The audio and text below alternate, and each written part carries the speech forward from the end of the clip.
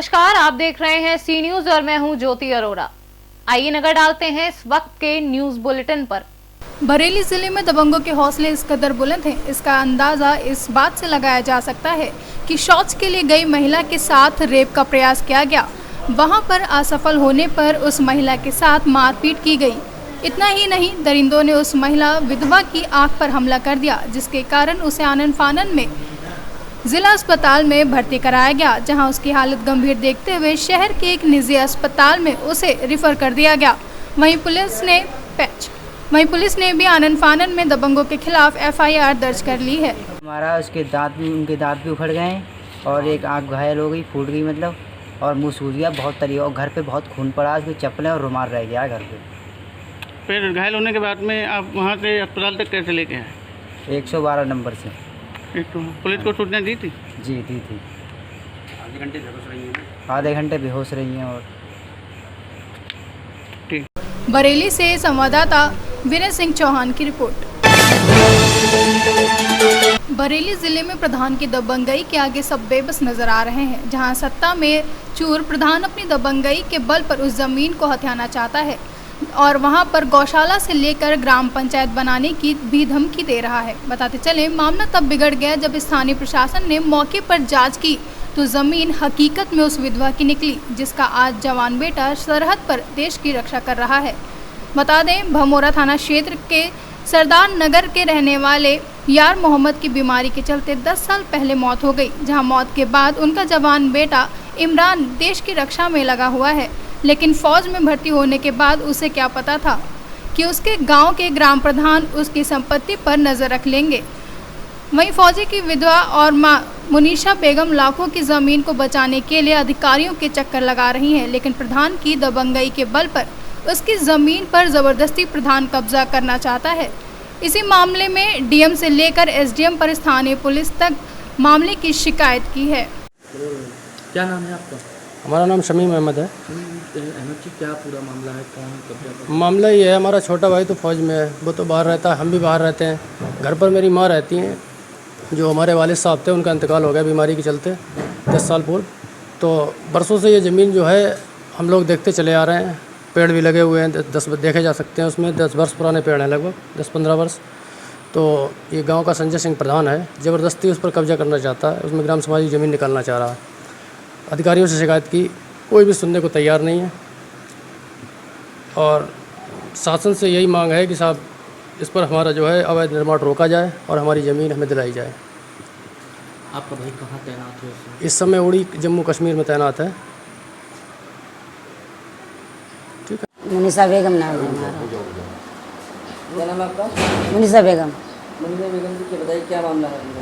मामला का जो प्रधान मतलब है, जो सिंजे नाम है इसको प्रधान, तो हर वक्त खुरापात हमसे कहते ही और साहब मतलब जब जाओ तो मतलब हर वक्त कहते हम अपनी औकात दिखाए रहे, हम औकात दिखाएंगे तुम्हें।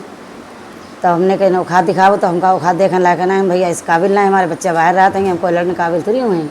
और हमारा मतलब हमारे पीछे क्यों पड़े, जो कह रहे नहीं गौशाला बनाए, को ग्राम पंचायत बनाओ, और जबरदस्ती मतलब कहा बुलाए लाओ, GCP के ले आओ और कटैया न कहीं फुलारी सब तैयार करके लेवत तैयार कर दे इसने लाई। कहाँ बनाना चाह रहे हैं गौशाला? गौशाला हमारे खेत में। कितने बीघा खेत है आपका? हमारा 10.5 बीघा खेत है। आपके बेटे कहाँ तैनात हैं? हमारे बेटा आएंगे मतलब जा पे बॉर्डर पर आएंगे, पाकिस्तान बॉर्डर पर आएंगे, लड़ाई चल रही वहाँ पर आएंगे जंगल में। कहीं शिकायत दर्ज कराई आपने? हाँ। कहाँ? जब मैं थाने कराई, अब भमोरा करी, और बरेली करी, और गाना जब आंवला तहसील करी, ADM साहब तीर करी, समय हुई चुके 3-3 4-4 दफ़े। मेरी कोई फरियाद नहीं सुन रहा। दुनिया में हम बहुत साहब परेशान हो चुके। अब पुलिस प्रशासन क्या कह रहा है? कह रहा हम अपने औकात दिखाएंगे, बना के छोड़ेंगे, मानेंगे नहीं तो माने बजट फुट मंगाई लो, ईंटों मंगाई लें, और GCP मंगाई ले, और मतलब लेबर मंगाई ले काटने वाली। पुलिस वाले आपकी क्या मदद कर रहे हैं? प्रशासन आपकी क्या मदद कर रहा है? पुलिस वाले जा कह रहे अभी तो कुछ नहीं कह रहे, जा कह रहे गलत हो रहा है, ये प्रधान कहाँ का प्रधान बुलाओ, तो प्रधान आओ तो कह रहे साहब हम ही तो हैं प्रधान, तो कह क्यों ऐसा गलत कर रहा है, और मान नहीं रही, अपनी दमंगी दिखा रहा है। कहाँ के प्रधान है ये? सरदार नगर के। नाम क्या प्रधान साहब? संजय सिंह चौहान। बरेली से सी न्यूज़ संवाददाता विनय सिंह चौहान की रिपोर्ट।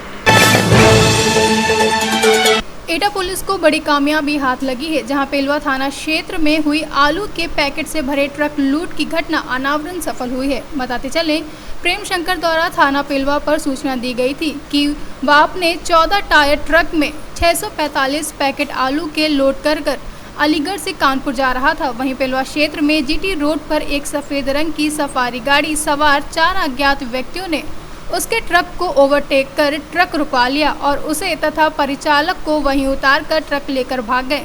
तभी मौके पर सूचना मिलते ही वहीं मौके पर पेलवा थाने की पुलिस पहुंची और उच्च अधिकारियों को सूचना दी गई, जहां पुलिस पूरे मामले की जांच कर रही है। क्या है पूरा मामला?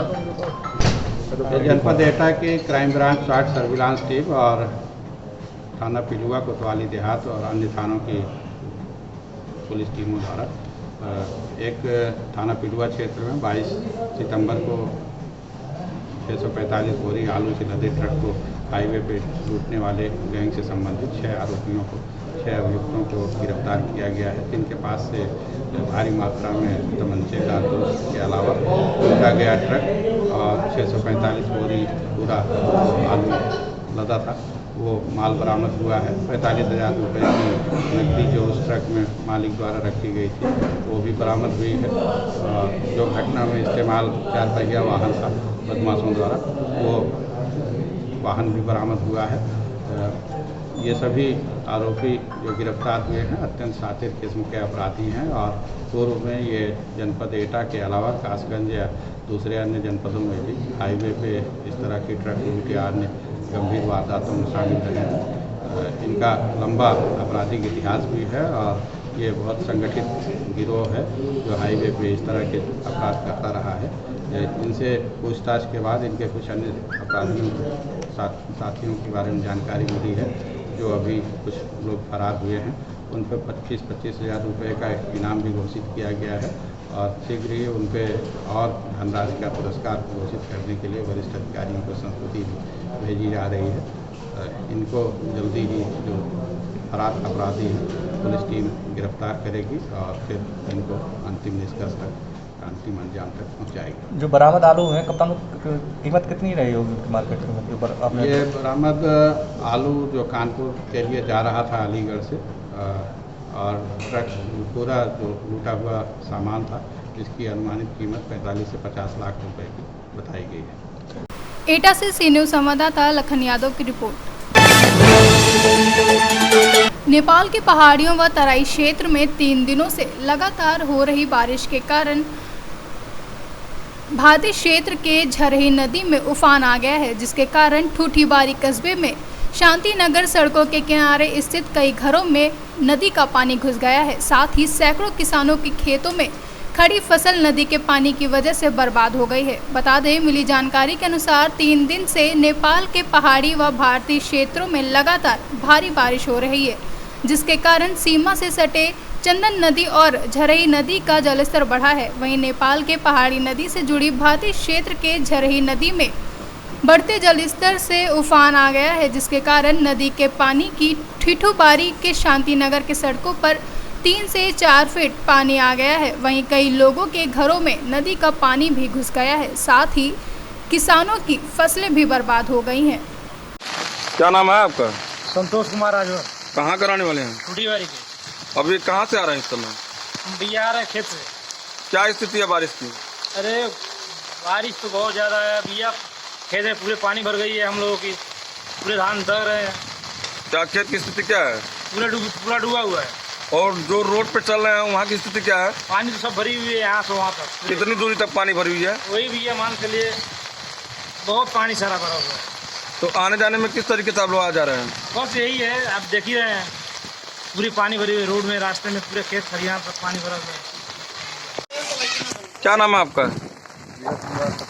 कहाँ के रहने वाले हैं? तो इस जो नदी के पानी रोड पे उतर गई है उससे क्या क्या नुकसान हुआ आपका? धान पूरा खत्म हो गया है और घर में घुसने वाला है पानी घर। इस समय आप कहाँ से आ रहे हैं? आ रहे हैं नोमिसलैंड। क्या स्थिति है नोमिसलैंड की? पूरा जलमग्न है। आवागमन किस तरीके से हो रहा है लोगों की? कोई निपटारा नहीं रहा है। महाराजगंज से संवाददाता आदित्य पटवा की रिपोर्ट। उमरिया जिला मुख्यालय अंतर्गत वार्ड नंबर 11 में पुलिस अधीक्षक विकास सहवाल के निर्देश में कार्रवाई करते हुए चल रहे अवैध देह व्यापार के धंधे का पर्दाफाश हुआ है, जहां पुलिस अधीक्षक विकास सहवाल की टीम ने राजेंद्र कुशवाहा के घर पर दबिश दी, जिसमें एक लड़की और एक लड़का तुरंत ही गिरफ्तार कर लिया गया और लगभग 6 लोग मौके से फरार हो गए थे, जिसमें इस अवैध धंधे का संचालन कराने वाले राजेंद्र कुशवाहा और उसकी पत्नी गीता कुशवाहा भी थे। लेकिन पुलिस ने देर शाम तक राजेंद्र कुशवाहा और उनकी पत्नी गीता कुशवाहा की भी गिरफ्तारी कर ली है। बताते चले पुलिस को मौके से कुछ आपत्तिजनक चीज़ें भी मिली, जहां पुलिस ने अपराध क्रमांक 456 जहां पुलिस ने कई धाराओं में मामला दर्ज कर लिया है। फरियादिया बसंती बाई कोल, ये निवासी कुठार मानपुर की रहने वाली है। वो आई थी थाना रिपोर्ट करने। उसने बताया कि उसकी बच्ची नेहा कोल करीब 6 महीना पहले, ये कविता चौधरी ये मानपुर की रहने वाली है, वो उसे कुठार से पढ़ाने के लिए यहाँ लाई थी उमरिया में। और उमरिया में रहते रहते इनका गीता कुशवाहा और राजेंद्र कुशवाहा से संबंध हुआ था, संपर्क हुआ। तो वो बताए कि ये मेरे से गलत काम करवा रहे थे। तो उनकी रिपोर्ट पर हमने धारा 370 के तहत प्लस एट्रोसिटी एक्ट में मुकदमा दर्ज कर लिया। विवेचना कार्रवाई की जा रही है। ये तो अभी तो आरोपी क्लियर नहीं है। इसमें प्रथम दृष्टया 3 कविता चौधरी और राजेंद्र कुशवाहा और उसकी पत्नी गीता, इनके उसमें नामजद कायमी है। बाकी जो भी लिंक बनेगा उसमें कार्रवाई की जाएगी। ठीक। में रहते रहते इनका गीता कुशवाहा और राजेंद्र कुशवाहा से संबंध हुआ था, संपर्क हुआ। तो वो बताए कि ये मेरे से गलत काम करवा रहे थे।